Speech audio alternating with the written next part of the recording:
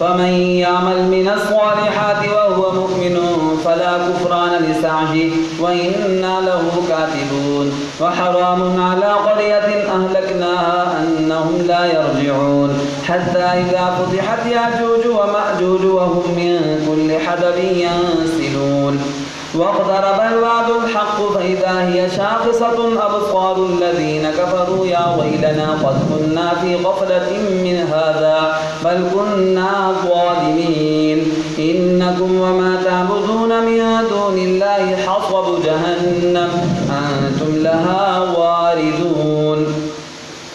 لو كان هؤلاء آلهة ما وردوها وكل فيها خالدون لهم فيها زفير وهم فيها لا يسمعون إن الذين سبقت لهم منا الحسنى أولئك عنها مبعدون لا يسمعون حسيسها وهم فيما اشتهت أنفسهم خالدون لا يحزنهم الفزع الأكبر وتتلقاهم الملائكة هذا يومكم الذي كنتم توعدون يوم نطوي السماء كطي السجل للكتب كما بدأنا أول خلق نعيده وعدا علينا إنا كنا فاعلين ولقد كتبنا في الزبور من بعد الذكر أن الأرض يرثها عبادي الصالحون إن في هذا لبلاغا لقوم عابدين وما أرسلناك إلا رحمة للعالمين قل إنما يوحى إلي أنما إلهكم إله واحد فهل أنتم مسلمون فإن تولوا فقل آذنتكم على سواء وإن أدري أقريب أم بعيد ما توعدون إنه يعلم الجهر من القول ويعلم ما تكتمون وإن أدري لعله فتنة لكم ومتاع إلى حين قال رب احكم بالحق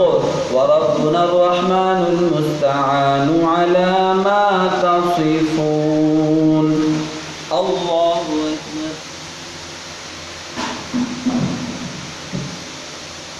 سمع الله لمن حمده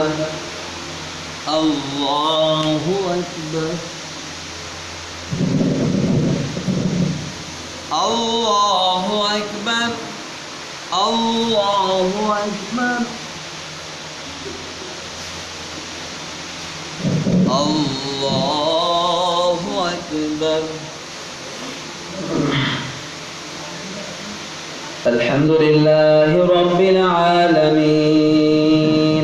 الرحمن الرحيم مالك يوم الدين إياك نعبد وإياك نستعين اهدنا الصراط المستقيم صراط الذين أنعمت عليهم غير المغضوب عليهم ولا الضالين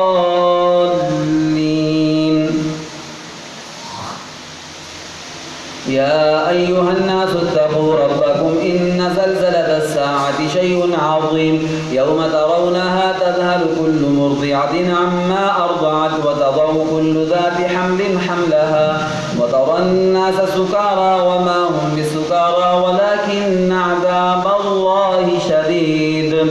ومن الناس من يجادل في الله بغير علم ويتبع كل شيطان مريد كتب عليه أنه من تولاه فأنه يضله ويهديه إلى عذاب السعير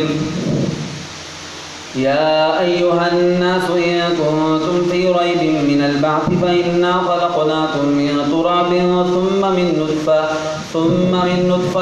ثم من علقة ثم من مضغة مخلقة وغير مخلقة لنبين لكم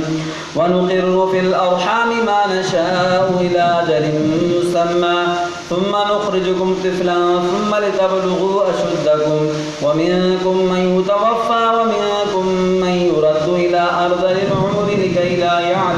لكي لا يعلم من بعد علم